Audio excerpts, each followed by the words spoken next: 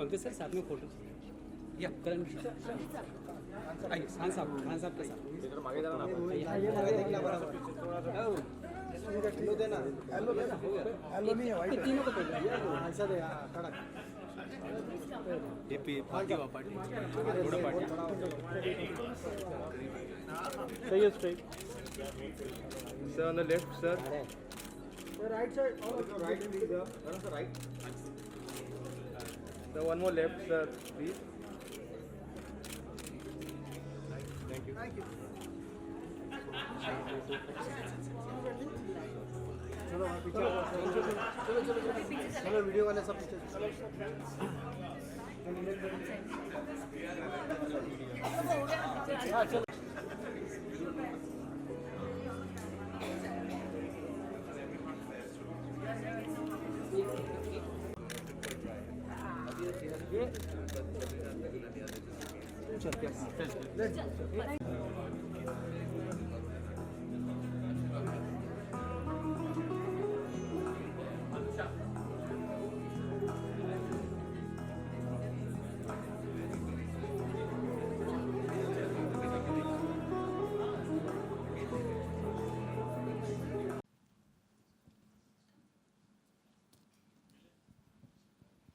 Thank you, Suchitra. A very good evening to all of you. On behalf of Penguin Random House India, I'd like to welcome you all to the book launch of Master and Masters by Ustad Amjad Ali Khan. This is a very special book. Not only does it look special, but I think it's also a very important book for all of us. And today I briefly want to talk about how it all started, how this whole journey of the book started. I met Ayan, Khan Saab's son, and I surely knew that I wanted to publish a book with Khan Saab, but we didn't know what this book would be. And then I read a lot of columns that he'd written for the week, and there was this one particular story that he'd written about Pandit Bhimsen Joshi that really stuck and stayed with me. It was very personal. It was something that I didn't know about. And that's when I told Ayan, can we do something like this, more of this, you know? Can we talk about the other musical legends? We have so many in our country. And I'm so glad, Khan Saab, that you liked the idea. And today we are here with this book. I'm deeply honored that you've written this book and we've published this book for you. So that's the whole journey of the book and how it happened. And thank you so much, Ayan. He is the man behind the book. He's worked relentlessly behind it. And today, I have really worked together with him very hard on the book. And what shape it is in today is also due to him. So I do definitely have to credit him. And to my entire team at Penguin Random House India, Shatrupa Ghoshal, Devangna, who did this amazing cover, and the entire production team has been fabulous. I think music is something very special and unique to our country. It transcends boundaries. And through this book, I think we've tried to open this window into this extraordinary world that, all of us are not privy to. So this is the book. And I hope today, after hearing more about it, you're just a little bit more curious to read this book. And I hope you buy it, read it, and like it. Thank you so much for joining us this evening. Thank you. Thank you, Millie. And now, to begin the rest of the evening, it gives me great pleasure to introduce someone who we all know and love very much, Mr. Karan Johar. Karan Johar is one of the leading directors, producers, and writers in the Hindi film industry, the son of much-respected film producer Yash Johar, who set up Dharma Productions. He is an award-winning director who made his directorial debut with Kuch Kuch Hota in 1998, which went on, as we know, to become a blockbuster. He has directed 6 major films, produced over 20, and also made his acting debut in Bombay Velvet. He also hosts one of India's most watched celebrity chat shows, Coffee with Karan, and was also chosen as one of the 250 global young leaders by the World Economic Forum. Please welcome Mr. Karan Johar.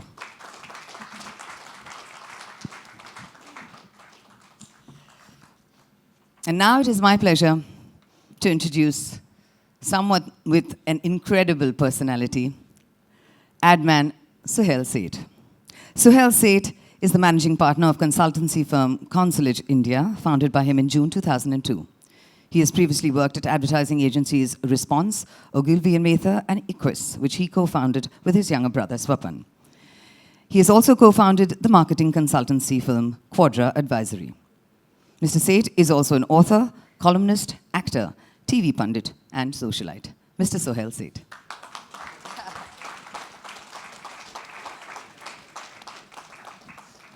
I know he had a laugh with that last word, socialite. And now, ladies and gentlemen, the man of the moment. An amazing musician and an incredible person. And the author, of course, of Master on Masters. Ustad Amjad Ali Khan. He is one of the undisputed masters of the music world, who gave his first performance at the age of 6 and is credited with reinventing the technique of playing the sarod. Over the course of a distinguished career spanning more than 6 decades, he has won numerous accolades, including a Grammy nomination, the Crystal Award by the World Economic Forum, the Sangeet Natak Academy Award, and all 3 Padma Awards. He has performed at venues the world over. Please welcome Ustad Amjad Ali Khan.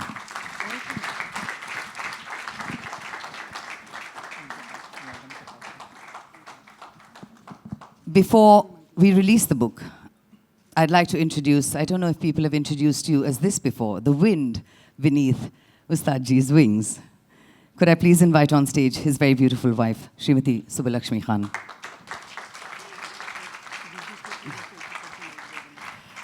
Miss Millie Aishwarya, can you join us back on stage again? And it's now time for me to ask Karan to please release the book. Can we have the book, please?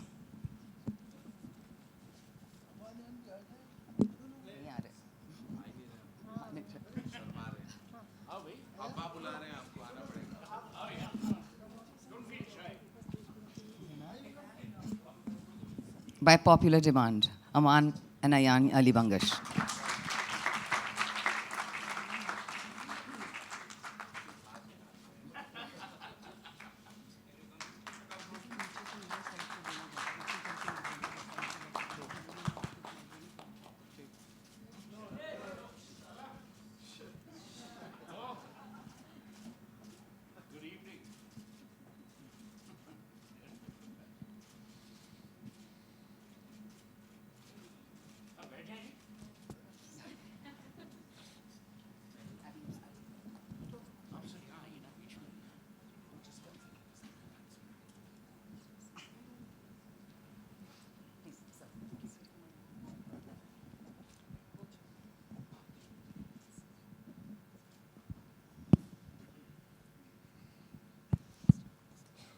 I'd now like to request Karan to please say a few words and, of course, read an excerpt from the book. And after that, Suhel, I'd like to request you to moderate the rest of the evening. Thank you. Thank you, Suchitra. Thank you very much. Thank you for being as gracious as you always are. Good evening, ladies and gentlemen. I'd like to begin by saying what a tremendous honor it is for me to be on this platform with Khan Sahab. Truly a living legend and someone who not only inspires us, but is the pride of our country in every which way. Thank you, sir. Thank you for inviting me and allowing me to do the honors this evening. Good evening, Suhel. It's always a pleasure to be with you on a platform. Lovely. Thank you. Likewise. Thank you. More about that later. Platform or likewise? Both. Lovely. Likewise, you are a platform. Look forward. It is truly my honor to read an excerpt from the book, which I'm going to do just now. That's why I choose not to sit, because everyone in this book is such a legend that to give them the required respect is truly the need of the moment, the hour, and of course, in general. The chapter I will read is on Begum Akhtar. It was a personal experience that Khan Sahab has shared with us in the book, and I'd like to read an excerpt from there. Begum Sahiba had great regard and admiration for my father. She once told me that she tried to persuade Abba Sahab to record his music. But he was against recordings because he had observed classical music records being played during weddings and private parties while the guests milled about talking, eating, and drinking. Whatever recordings of his are available are from his live radio broadcasts late in his life. None exist of him playing at his prime. Begum Sahiba tried to convince him on many, many occasions, but he stood his ground. The first time I saw Begum Sahiba perform was in Calcutta. She always smiled while she sang. Before I could say adab to her, she promptly said, Khan Sahab, adab. I thought she was making fun of me. Whenever I was in the audience, she would make it a point to seek my permission before she sang in the concert, saying, Khan Sahab, ijazat hai? Khan Sahab, may I begin? I used to feel quite embarrassed by this until I realized that through me, she was honoring and paying her respects to my forefathers. She maintained this warmth and love from the stage on every occasion. Sometime in 1970 or 71, a few years before she passed away, AIR in Kashmir invited both of us to perform at Hari Bhavan. We stayed at the beautiful Oberoi Hotel, now Hotel Lalit. Governor Bhagwan Sahai was the chief guest. It was a packed hall. Being much younger than her, I requested Begum Sahiba to allow me to begin the evening. On hearing this, she touched both her ears and said, Ye gustakhi main nahi kar sakti hu. I cannot do this. I was really worried about performing after her, but she was adamant. Our exchange went on for some time. When the AIR officials came to invite us, I tried to rush to the stage. But Begum Sahiba caught my hand and ran onto the stage herself, and I was left behind in the wings, watching her. When the curtain was opened, she sat down and began her concert with a smile. Shakur Khan and Ramzan Khan were on the sarangi and tabla respectively. Backstage, I was listening to her ethereal songs and praying to God Almighty to bless my concert too. She sang 4 ghazals, and every song was so appealing that it left the audience enthralled. During the intermission, before my performance, Governor Sahai came backstage to meet the artists. When it was my turn to perform, to my utter surprise, I saw Begum Sahiba sitting in the audience. To give respect and to honor her gracious and magnanimous gesture, I kept my sarod aside and said that after her singing, I had forgotten all ragas and raginis. I requested her to return to her hotel and rest. She said, लीजिए, क्या हम आपको सुन नहीं सकते? Bismillah करिए आप. Can I not listen to you? Please begin. This was one of my most cherished memories of Begum Akhtar.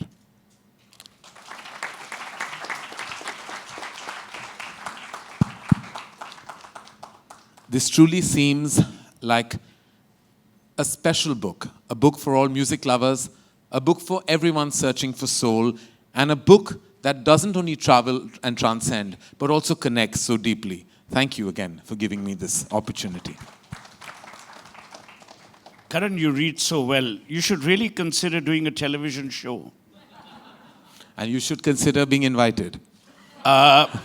Who does that show? That Johar lad, right? Yeah, someone there. The nepotistic man. Okay, we'll come to that later. But I'm so delighted to be here. I've had the privilege and the fortune of knowing Ustad Sahab and the family for now almost 20 years. That's a long time. That's about the time that the Congress will take to return to power. And I'm delighted to welcome Milind Deora here.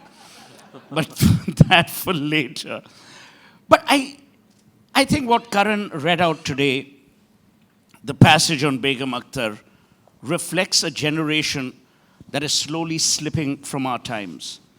A generation where respect was not only stated, it was felt. Where there was a tehzeeb, there was a fitra, but most importantly, there was the appreciation of sharing the other person's greatness. And I think, Ustadji, to your credit, for me personally, this isn't a book. It's a lesson in life. It's very rare that people appreciate others who are greater than themselves. David Ogilvy famously said, if you want to become a company of giants, hire people better than yourself. If you want to become a company of dwarfs, hire people who are inferior. The fact that a master has written on masters, to my mind, has opened vistas for young people and old into the lives that no longer walk the planet. So for that, thank you. And let me begin by asking you the general ubiquitous question. Why these 12 and why not the others? Before I answer the question, I would like to thank Mr. Karan Johar and Mr. Suhel Seth to be part of this celebration and launching of the book. I would like to address them because in our music world, anybody who achieves something, we call them Ustad and Pandit. I think Pandit Karan Johar and Pandit Suhel Seth. Because I admire Mr. Karan Johar. I have seen films, I have seen his Coffee with Karan, and he's very gifted and he's a pure artist. And same with Mr. Suhel Seth. God has given him that creativity and he has so much energy. On any subject he can talk, and I really admire both of them.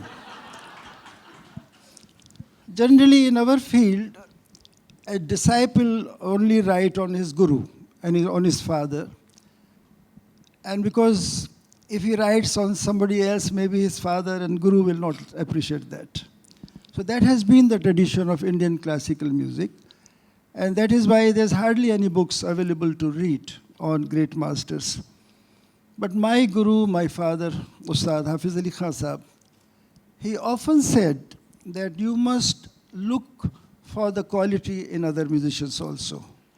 And I'm very fortunate that I could see the magic of these great masters. I still remember going to Jalandhar. There used to be a big festival of classical music, Harballah Festival. Still continues, but not the same way. This was 1964. I was invited, and all these giants, they were there, all these great masters. And so I can't forget them. They were the stars, and because of them, this classical music became famous and popular, not only in India, all over the world. People respect our art and culture and music. It was a big list of musicians, but these 12 musicians, because of my personal equation, they were the trendsetters. Today, somebody is following Pandit Ravi Shankar sitar, or somebody is following Ustad Vilayat Khan sitar. So they were the trendsetters. They established style of sitar playing. And it was a great honor and pleasure that I could think back and could collect my thoughts, because I never practice for language. My world is sound, because through sound I cannot manipulate anything. It's very transparent. But language is difficult for me to understand. But I'm so glad to hear such language of Mr. Suhel Seth and Karan Johar. I really admire both of them. Thank you. Karan, it's a very interesting insight that Ustadji just gave. And in many ways, the film industry, I hate to use the word Bollywood, the film industry in Bombay, the Hindi film industry, also has a lot of respect and tehzeeb for the seniors. Do you think times are changing? Do you think the respect quotient in many ways is diminishing because there's more proximity, there's more closeness? Where do you see the film industry from where you look at it? Well, I think that, I have come from a generation that explained and I would say made me respect people in a certain manner. So I think it's the way you show respect has definitely evolved and changed, because the younger generation just show it very differently through their words and through their actions. Whereas when I was a child, I remember my father taking me to a film party, and he said, if I say this is my son, you shake his hand. If I say ye mera beta hai, you touch their feet. So I was just waiting for that cue right through. I was like almost on autopilot. And what if there was a South Indian? I don't know. I didn't get so technical then, but I do remember that was the way that you honored when I met Lataji or I met Mr. Bachchan. It was just the way we showed our respect. The generation today does respect the seniors in the fraternity for sure. It's just a different way of showing it. I'm not sure. I get a bit shocked at times when I feel like the generation that is young and new, and they meet some legends very casually. They shake their hands. They have respect in their heart. It's just that we, I think, have been trained and tuned to kind of meet them in a certain way, which has definitely changed. But I think that, with time, I'm quite amazed with the way the generation operates. Because I think that, it takes a certain ease to not be overtly reverential and respectful. And that's not in my DNA, but it's in theirs. And I think with time, and with the excessive use of social media I think everyone's about themselves and not about others. And we come from a generation that learns to applaud everybody else's work and not just fester within ourselves. And I think that has definitely changed. So that's a very interesting takeoff point, Ustadji. He says that a world existed where you applauded the other person. You applauded someone else's craft. You, in many ways, through this book, have done exactly that. You've not only applauded their craft, you've applauded their life, you've applauded their beliefs, their quirks, whatever it may be. Do you believe that in today's world of classical music, in our country, things are changing? And are they changing for the better or for the worse? Or they're just changing because people are evolving? As Karan says, media has never been more intrusive. Media has never been more personal. Today I can get to know your political idiom, your religious belief, your food habits because of what you tweet or what you put on Instagram. So do you believe you're seeing that change even in the world of classical music? I think from the time television came in our life in India, the traditional arts, they suffered. But gradually, I think every genre, there is a big audience, even for classical music, and there are fusion concerts. So the change is very healthy, I think. But it all depends on the kind of musicians you have in our country or in the world. It all depends. If the music is appealing, people will listen to you, whether you are a European musician or whether you are an Indian musician. But things are changing. There was a time in Calcutta, there used to be 25 music festivals. In every year. A lot of musicians used to live in Calcutta for 2-3 months to attend all the festivals. So that has changed. It's now only Dover Lane left in Calcutta, Maharashtra, South. So, but fortunately, even today, there are sold out shows for classical music, for ghazal, for bhajan, for any kind of music. So change is a very natural factor, and I think we are all ready to face any kind of change. You know, Karan, I was born and raised in Calcutta, and I remember spending hours, evening after evening, literally at the feet of Satyajit Ray, who would play the piano every evening at 4:30 p.m., Lee Road. That time I was rehearsing for a play called Amadeus.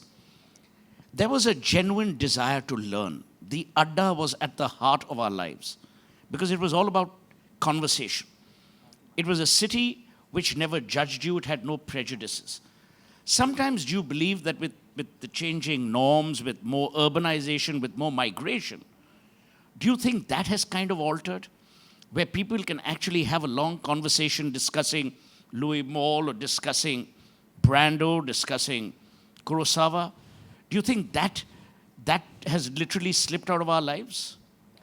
I think technology is largely to blame, and it has. You know, you find those conversations very rare that are actually about art and about like artists, and you know, where you can actually stay away from your phone, which has become like a part of your body now. I think it's almost attached like an organ, and you know, there's nothing you can do about it. And I think that we're always so distracted for various reasons. You know, I see people not talking to each other at all anymore. Like you just have visuals of people just sitting across dining tables and even in their homes and just engaged on their mobile telephone. And I think that it's just taken away, just like I think technology has killed romance in general. I think it's also killed conversation. And I think I'm a rare breed, I'm probably a dinosaur, that still wants to talk to people about other things than, you know, their day-to-day obstacles or issues or personal lives or infidelities or whatever. There are so many other things in the world that you'd like to engage with them on, which I think has drastically reduced, and I'm sure you know that. And I think some of us who came from a generation where we did see this, enjoy it. I've been around filmmakers. I've had the pleasure and privilege to actually see Raj Kapoor on set, watch Yash Chopra direct a film, be in a music session with Lakshmikant Pyarelal, and, you know, actually had the pleasure of a conversation, even though I was very tiny, with R.D. Burman. And I remember that generation spoke, engaged, shared their work, their experience, their craft. It doesn't happen anymore, not in my fraternity at all. It's all very individual. It's almost artistically selfish. And I think that has never served the purpose of art in a large way. So unfortunately, Suhel, to answer your question, no, I think that whether it's migration or it's technology or it's just a huge sense of self-worth that I think has translated into the lack of, I would say, conversation or sharing, which is what I think you're talking about. So I'll pick up, and Ustadji, I'll get Karan also to respond to this. At the heart of your belief system, and I know this, is your family. I know the same about Karan. I'm exactly the same. I'm very proud to say that I live with my mother. I see your children, I see your grandchildren, I see your daughter-in-law interwoven into a family that has deep beliefs and has inherent respect. That respect knows no age, it knows no craft, it knows no purpose. We're missing some of that, and is that kind of creating an influence, either negative or positive, over the way music is being created? You know, the Gharana was at the heart of legacy building, but is also at the heart of continuity. Has that kind of changed today? I would like to share one incident of Ustad Amir Khan Sahab. He was called musician's musician. He sang for himself. He never tried to find out what the audience needs, what they want. Once there was a concert at LG of Delhi. The first LG, Mr. A.N. Jha.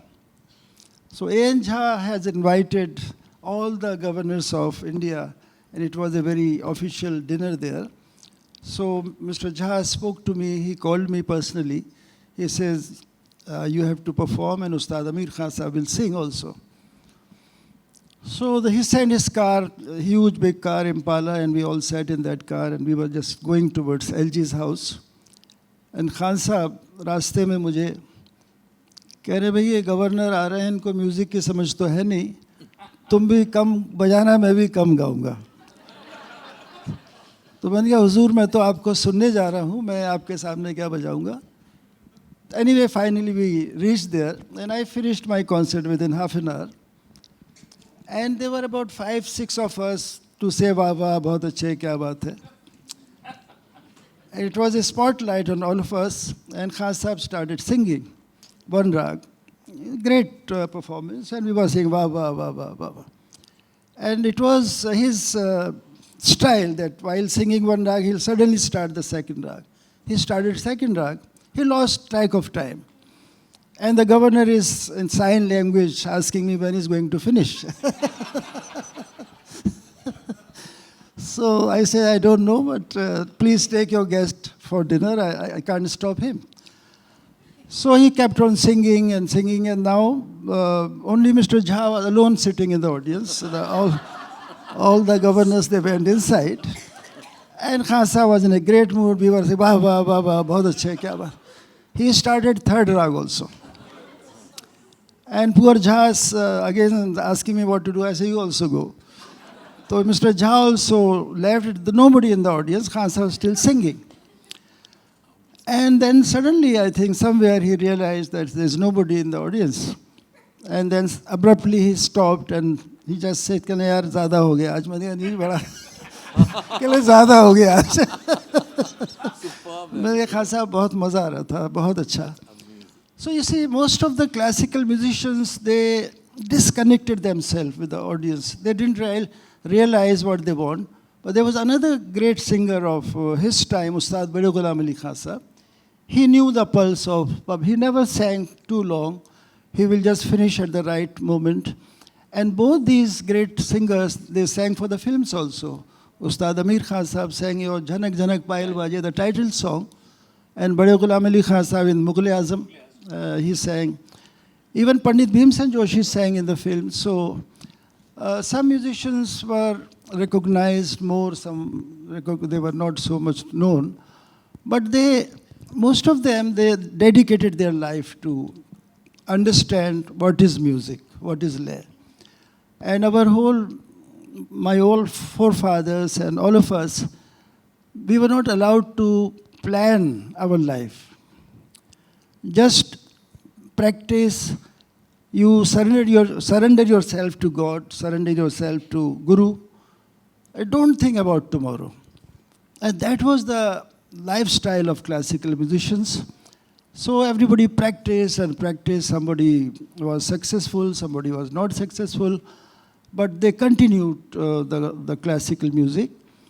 And it's almost like entering into a dark tunnel with the hope of sun rays someday. But it's a great pleasure to understand day by day the depth of music. What is music? In our country we say, "Swar hi Ishwar hai." The music connects you to God. And whether it's a film song or European song or folk song or any song, it's all based on these 7 notes, sa re ga ma pa dha ni and do re mi fa sol la ti. But the beauty of our music is not only improvisation. People always talk Indian music means improvisation. But the salient features are the slides and glides. Da, re, re, re, na, re, no, re, na, re, ta. So these slides and glides, I often feel that it's the influence of our Indian culture, the humility, the namaskar or shashtang namaskar, and you were talking about touching the feet. So all this humility, the grace, what we have, that has influenced our Indian classical music.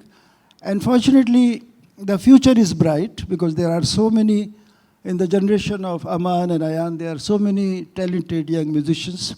And so I feel very happy and proud to see them progressing, and they are established classical musicians.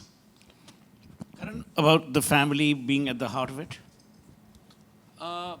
Well, it is, in a sense, your strength. I mean, though I think that so much is talked about in recent times about, this whole family structure, etc. That is an organic part of, it's whether it's dissed, it's criticized or discussed, it's a reality. It's the way it is. I think in my case, it was my father was a producer and therefore I was introduced to the world of the Indian movies. But I think that the strength that you get from your family is much more than just the creative force that comes with it. It's also because we're in a creative field and somehow that lends itself to deep levels of insecurity. And I think you just need the power of family to keep you grounded. At my end, it was my father who taught me some ropes and my mother who makes sure that I'm grounded on a daily level and pretends like every time I'm awarded or honored, she always wants to know why. And it's actually very heartening to have a mother who's not your fan. But she isn't the only one asking the question. Yeah, I'm sure she isn't, but she's definitely the first one asking the question. And sometimes it's a bit deflating before you're going somewhere to actually have your. But then I realized later that she's doing it very much, to kind of make sure that at no point I let anything get to me.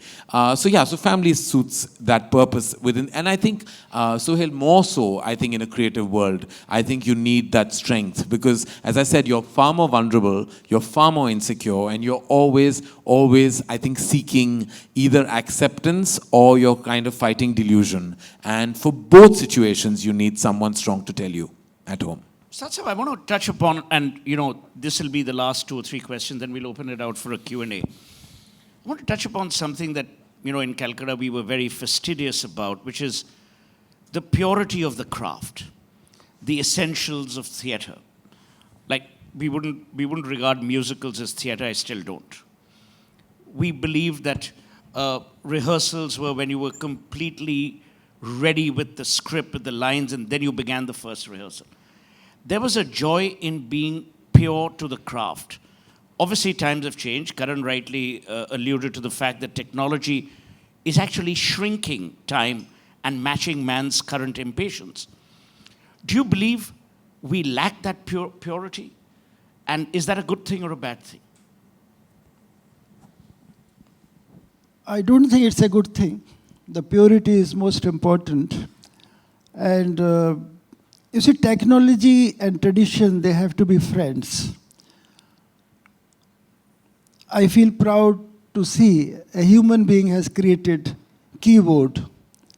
A keyboard can produce the sound of violin and flute and sitar and everything. And many musicians have lost job because of keyboard. And thank God the keyboard can't produce sarod till now. Don't give them an idea.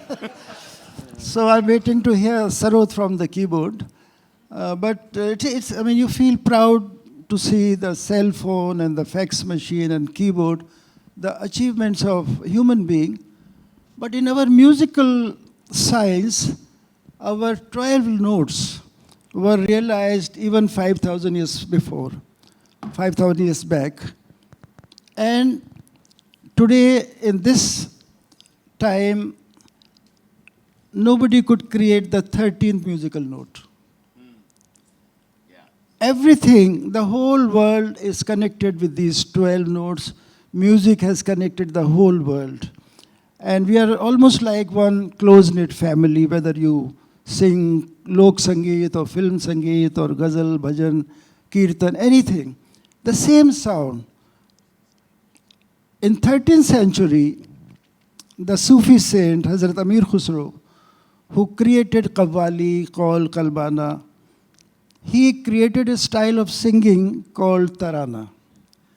Tarana does not deal with language. Every song has a language, whether ghazal, tumri, dadra, lok sangeet, everything. He created a language of sound. He created a language of syllables. Tanatom, tadare, dirdirdani. So as a tribute to Hazrat Amir Khusro, I've been composing many taranas. Tadare dani, tadare dani, tadani dim, tana tano. Tadare dani, tadani dim, tana tano. Tanum, tananum, taderena, taderena, taderena, taderena, taderena, tadare dani, tadani dim, tana tano. Ta-na-na-na-na-na-na dim, ta-na-na-na-na-na, ta-na-na-na-na-na-na dim, ta-na-na-na-na-na, ta-na-num, ta-na-num, ta-ra-ra, ta-na-num, ta-da-re-da-ni, da-ki-da-tak-dum, ki-da-tak-dit-ta, ki-da-tak-dit-ta-ki-da-tak-dit-ta, da-klan, da-klan, da-klan, ta-da-re-da-ni, ta-da-ni, dim, ta-na-ta-num.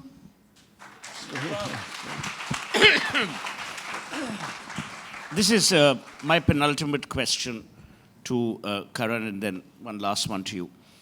You know, there was a very interesting play written by Peter Schaeffer called Amadeus, in which Salieri, who's the court musician, says of himself that I'm the patron saint of mediocrity. And Mozart was this prodigious genius who came and defied all the rules. You, in many ways, have defied the traditional rules of cinema.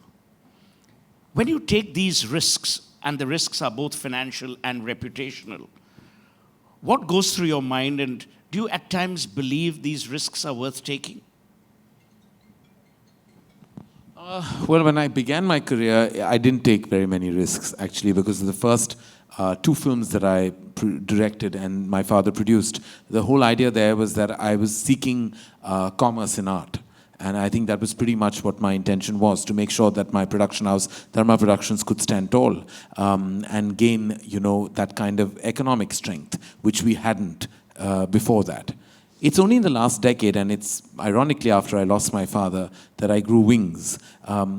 Somewhere, I think the two are connected. I think his constant emotional surveillance may not have allowed me to take few chances in cinema.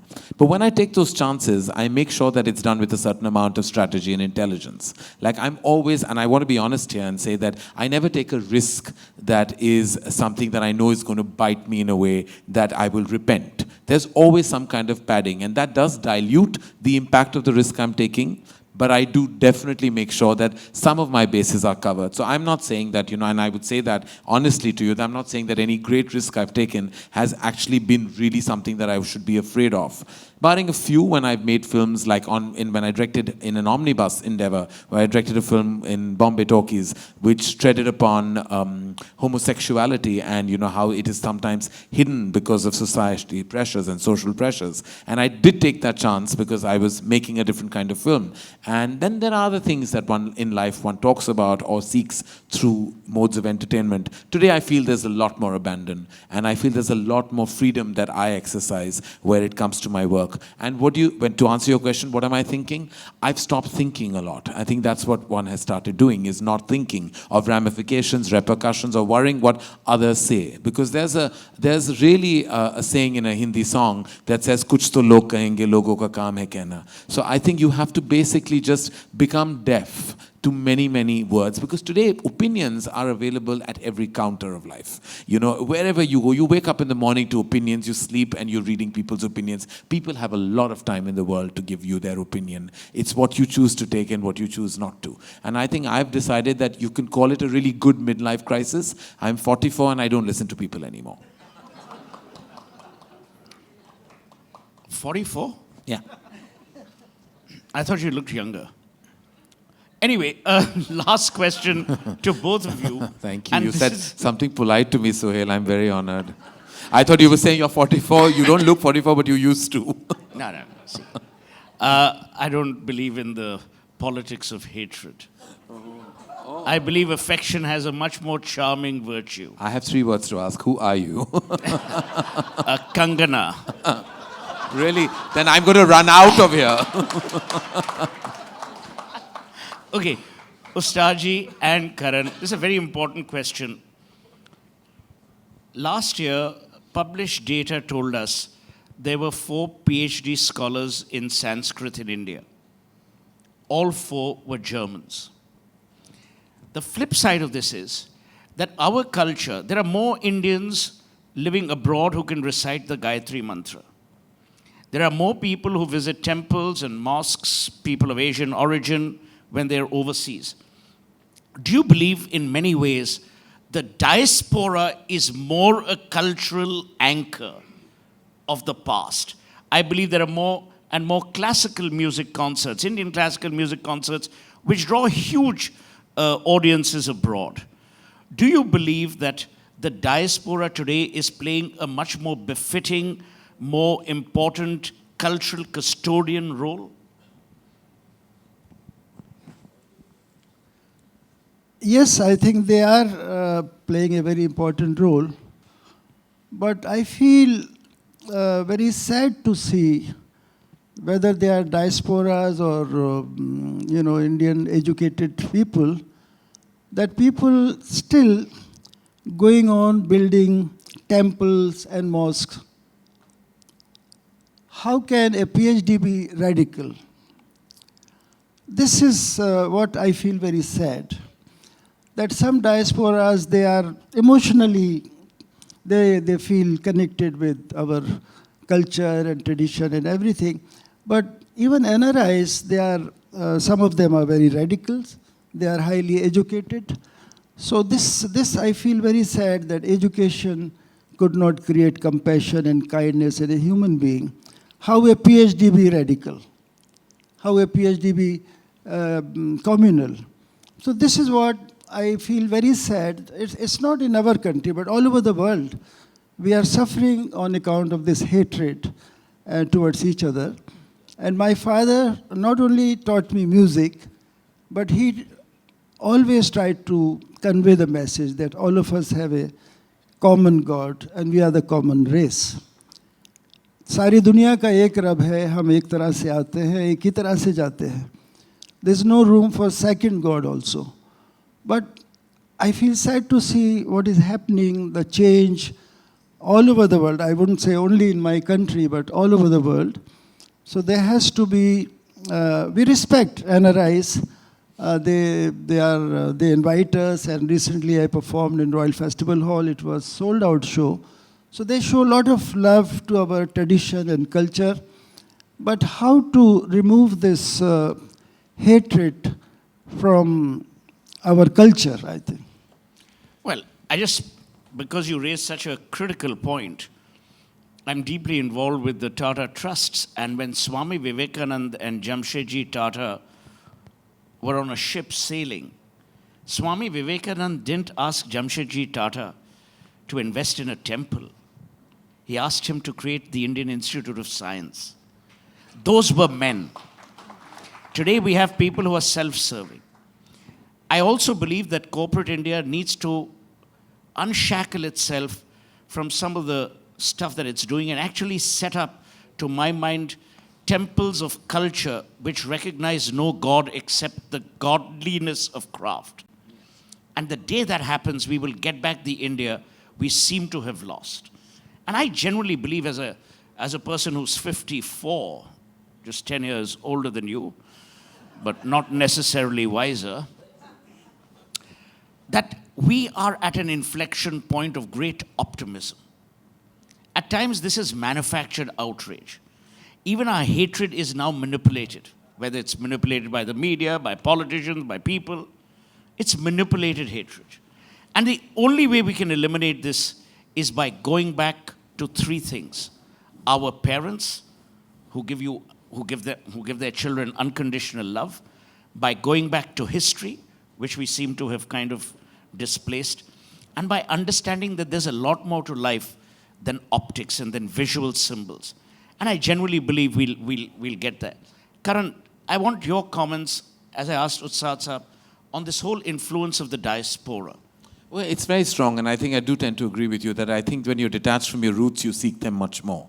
And I think that's one of the reasons why the diaspora is so immensely traditional, far more rooted, far more absorbed by our culture and everything that comes along with it. I was also, like, recently a judge on a music show which was called Dil Hai Hindustani, and it was actually to my surprise on so many occasions that there were people from Russia and Kazakhstan and even America. There were, like, from Canada, like people like of Canadian origin, Americans who had learnt our music, who had learnt our musical instruments, classical Indian singing, and were coming and performing. And it was just completely surprising to me that I turned around and I saw many young members in the live audience who were seeming completely clueless.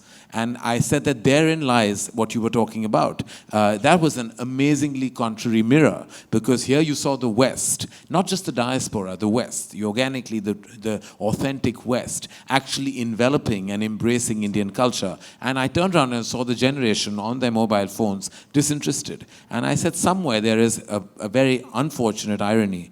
And when you do talk about, I think, the diaspora, I also turn to like what I was initially accused of making was NRI movies, which when people said that with absolutely no logic, because what they don't understand that the diaspora, the NRIs according to them, or the Asians who lived out of their country, are far more traditional than any of us are capable of being.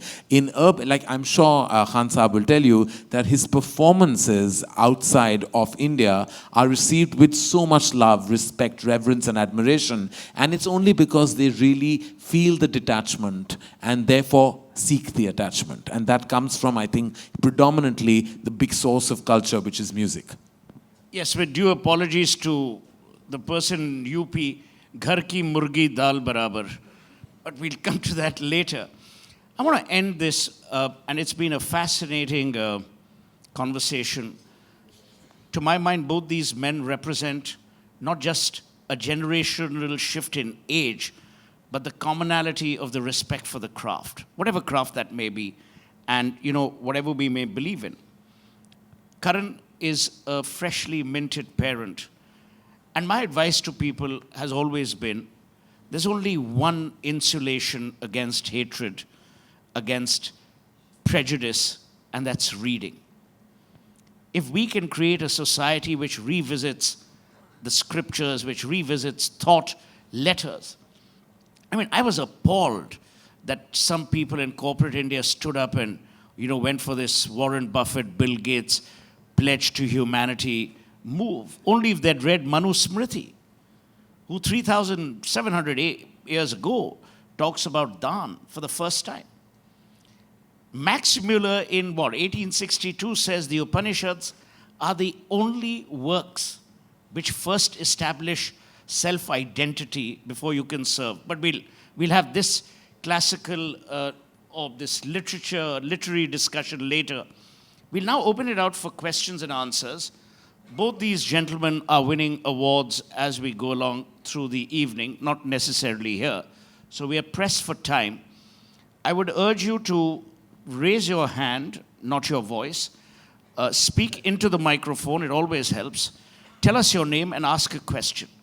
If you want to issue a statement, there is a slot available at 9:15 on the news hour.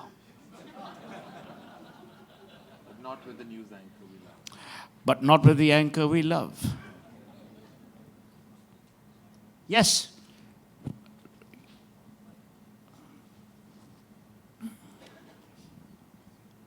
Ustad Saab, it's a pleasure to be As here. I said, always speak into the microphone. It always works. My name is Rohit Lamba. Given the exponent of music you are and the legend you are, did you ever in this amazing journey ever hit a low? Did adversity ever strike you? Well, what he's basically asking is, were you ever in depression or did you feel low? Have you seen his wife? She can light up an entire metropolis with her energy. But sir, you answer the question. He's saying, did you ever feel low or sad or anything? This is very natural, you are not happy all the time in your life. So it's part of life, sometimes you feel sad, sometimes you feel you're not happy, or sometimes you are very happy. So this is what the music also conveys, that feelings. Through music you can feel sadness, happiness. But by the grace of God, I am very, very happy with the more I hear Aman and Ayan progressing in their life, I feel very happy. No, Ma's a given, yeah. I mean, are you mad? He has to go home. Even he's not going to take these risks. Yes, ma'am. I'll just continue this because Aman reminded me about his mother.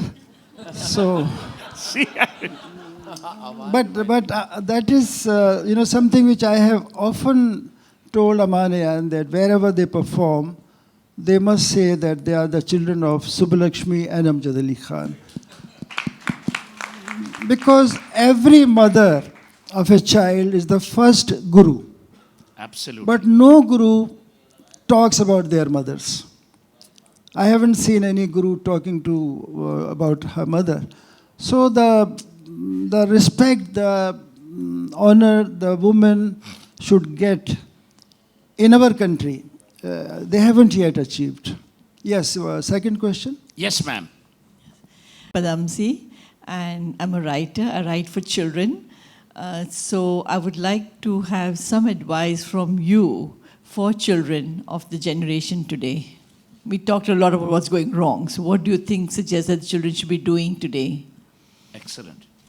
I think these two gentlemen will contribute more to your question, but what I feel that parents have very little time for their children. We were unemployed parents, so we were free, or I was traveling, but my wife, she gave so much time to them. So if the parents, if they have no time, they should not bring children to the world. They feel very happy, the children are in the best of schools and colleges. But I don't think the teachers are worried about the art and culture or tradition. He's only connected with books, the subjects. Open your books, open your mathematics, open your English. So I think the time from the parents will work more. And why we have become so intolerant? My father often said, to achieve your goal of life, you have to be patient and tolerant.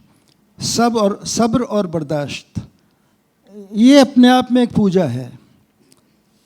Adjustment of life itself is a prayer. So why are we becoming intolerant? Today human being has become a most ferocious animal, I think. Everybody is shouting. The degree of arrogance, where has reached? तुझे नहीं पता मैं कौन हूँ? इतना जल्दी पता लग गया उसको. So this is the unfortunate part of our system. There's something wrong in our school teachings. I mean, they must create a class where children don't carry the books. Just share the value of love, compassion, kindness. No books should be there. Every school should create this kind of class where nobody will take the books in the... So I think it's the responsibility of the school, parents, everybody. And I hope every child, every young person achieve their goal of life. Sir, please. Karan? Yes. On children? Well, I mean, I'm not sure I'm qualified to answer it. No, I am. I don't have any that I know of. I think just a simple observation, and I think I should have an answer very soon to that question, hopefully. But I think the one thing that just strikes me is very simple. I just wish parents would encourage their children to listen and not watch. Because I think, that's the big problem. I think people of the younger generation have stopped listening. They're just so absorbed by watching. And I think if you just listen to the sounds of life or just sounds of advice, there's so much to absorb. Ma'am, this is the most fascinating question that could be asked in these times, and I don't mean to flatter you. I said with all genuineness. I believe 3 or 4 things are happening and which are amiss. Khansa rightly said about the examination system. India is a very unforgiving society for failure. The fact that we examine our children, the fact that we put them through this grill and the drill of examinations and textbooks and classes, you're creating discriminators based on textbook knowledge, not on an unfettered mind. The second, I think parenting is absent in many ways. I remember having hours of conversation, with my dad or with my mom, with my dad on particle physics. We would discuss Dinkar. We'd discuss Premchand. We'd discuss, at that time, Vijay Tendulkar was an upcoming theatre writer. Now, if you mention Tendulkar, people assume it's cricket. But it was the desire of parents to actually converse. And as Karan rightly said, it wasn't instructive. We are now becoming an instructive society. Any society that is instructive robs the freedom of the mind. And Tagore rightly said, where the mind is without fear and the head held high. He could have easily said other things. And finally, I adored my teachers. I was never scared of them. In our generation, we loved our teachers. The gratitude that I would have for my teachers is boundless. But we would talk about everything. Today, we've created a world of borders in actually a world where technology is making us borderless. Therein lies the paradox. People don't speak anymore. People don't have a conversation. We've lost the respect for contrarian opinion. It's very George Bush-like. Either you're with me or against me. So these things are missing. And it's up to people like you who are so generous and sagacious with their time to actually invest in creating a new order of human beings. It was famously said, the child is the father of man. We've got to look at our children differently, and others' children as well.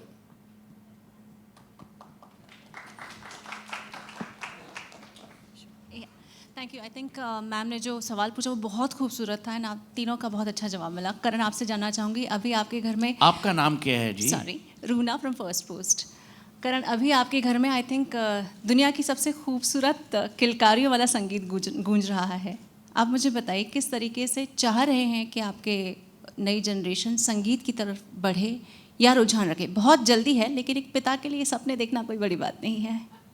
वाह जी, मेरी जो शुरुआत हुई थी संगीत, अगर आप जिक्र कर रहे हैं, तो एक्चुअली मेरा जो लगाव है to Hindi cinema it's largely because मेरी जो माँ थी वो हमेशा वो पुरानी हिंदी फिल्मों के गाने या गज़ल हो, जगजीत सिंह के या मोहम्मद रफ़ी साहब के, आशा भोसले जी के, लता जी के, किशोर साहब के गाने रोज़ गूंजते थे. तो and along with that, Elvis Presley. She was a huge fan. In fact, I think she married my father because he promised he would take her to the Elvis Presley concert for their honeymoon. I think that's one of the big reasons she married him. And he did live up to that promise because he did take her and she fainted. So their honeymoon night was in an ER because she fainted in Las Vegas when she saw Elvis Presley, and he just came and sang Teddy Bear and she had fallen flat. And but मेरा जो introduction to Hindi films, Hindi cinema was through Indian film music. तो I think मैं वही चाहूँगा. अगर आपने जैसे पूछा कि पहली चीज़ जब मैंने नर्सरी बनाई अपने बच्चों के लिए, तो I made sure that I have music in that room playing all the time because I want them to grow up to the music. And मैं ये नहीं चाहता कि वो, आज मुझे बहुत लोगों ने कहा कि कोल्ड प्ले का वर्जन है नर्सरी राइम्स का या कुछ ऐसा है. ऐसे नहीं, बिल्कुल नहीं. They should learn and live with the music that I grow up on because they are my children and they have to love the music I love because they have to love me. Superb. Beautiful. And I'll tell you an aside. There's a gentleman in London who I can't name because I've already been sued multiple times for defamation. But he actually got his interior designer to buy his books for his library. So, no, I can't. What the hell? I've already been...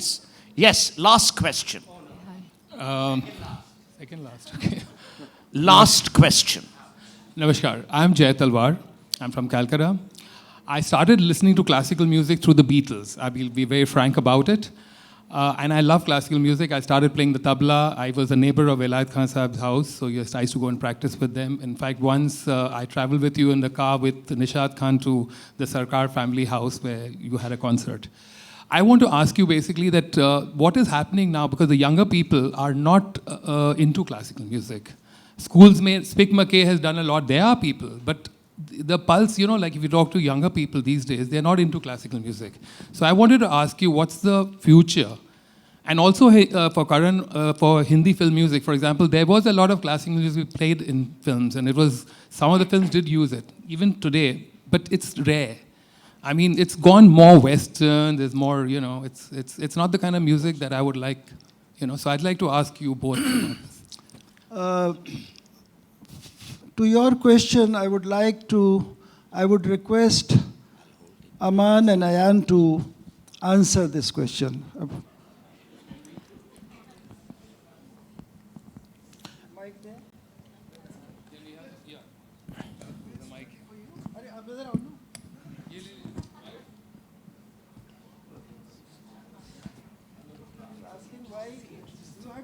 Can you repeat the question? No, I understood. Namaskar, sir. So, sorry, I'm not supposed to be answering this.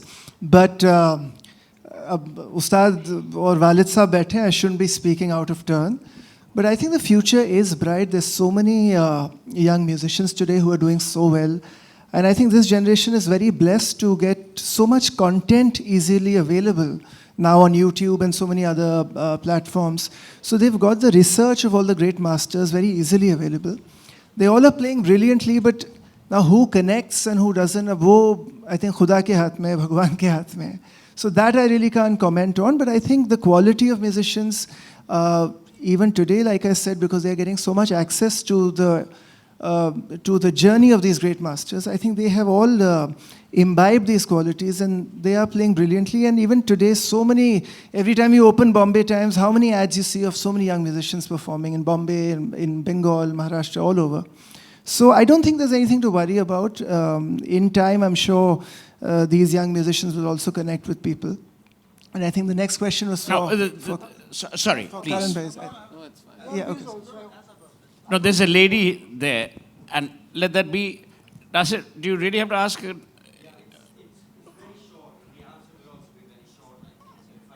Please.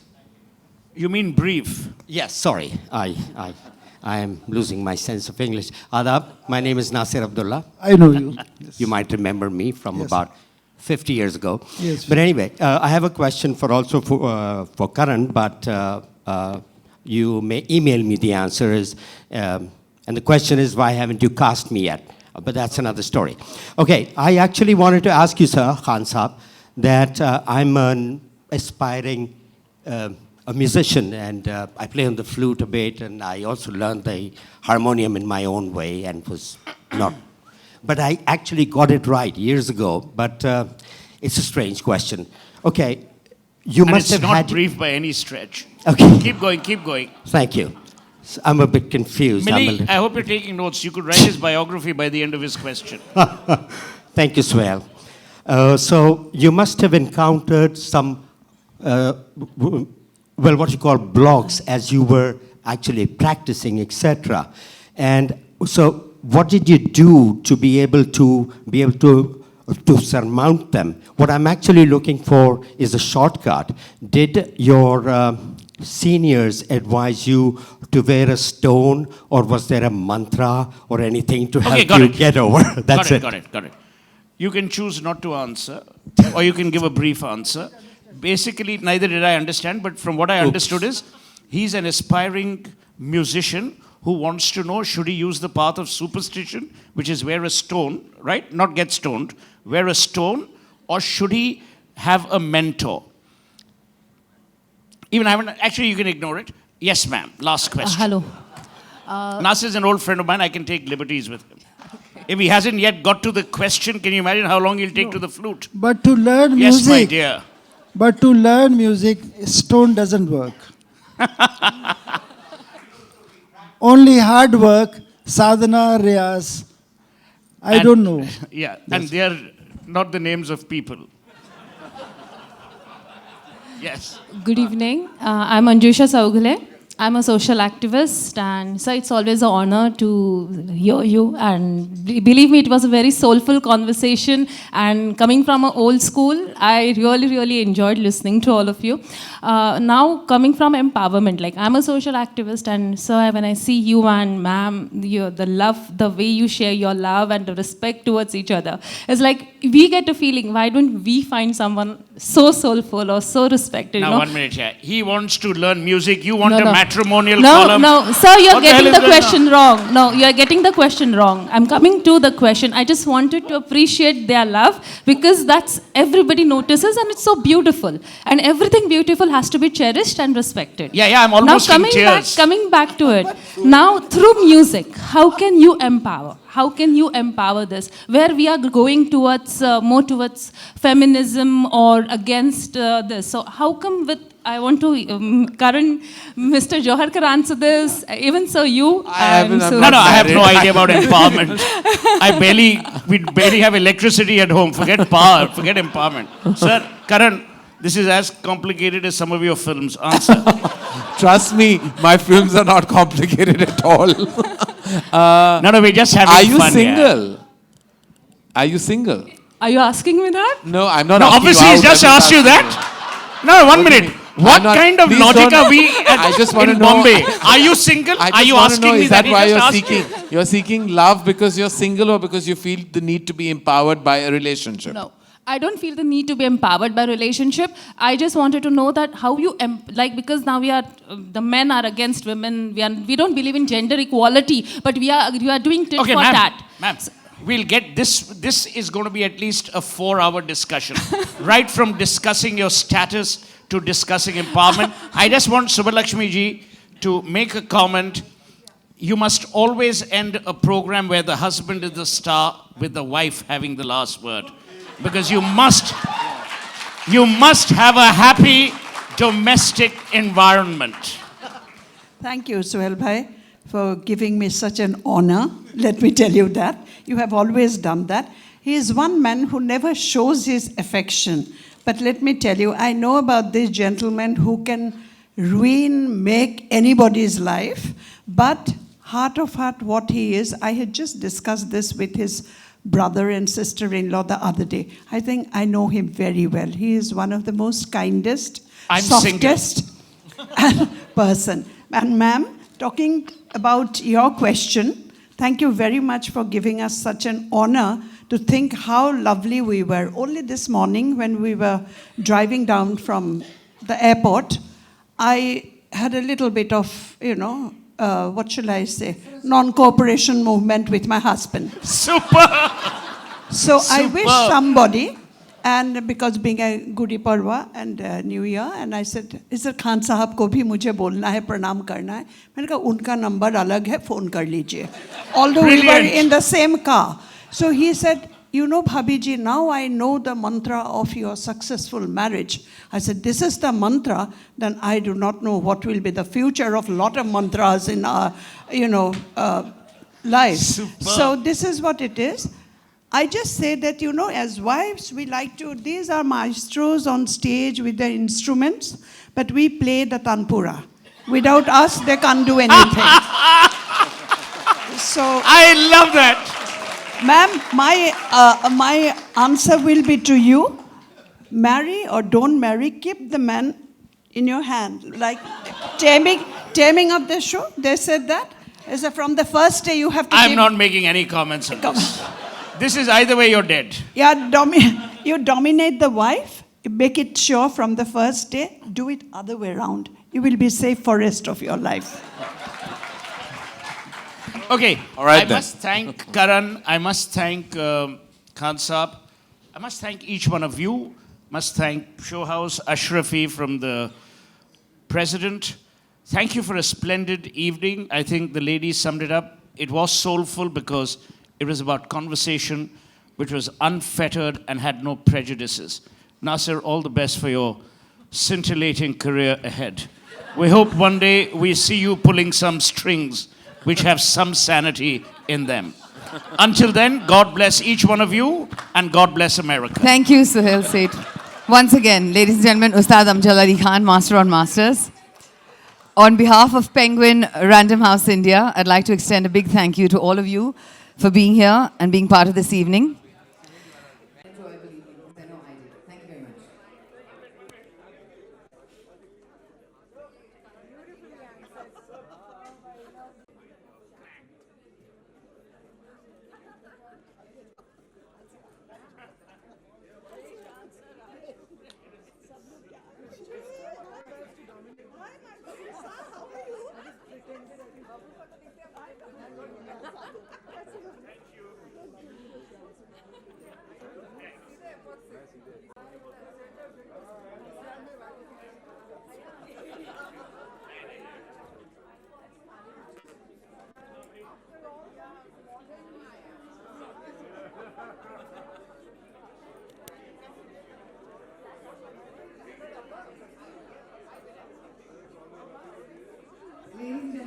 Bye.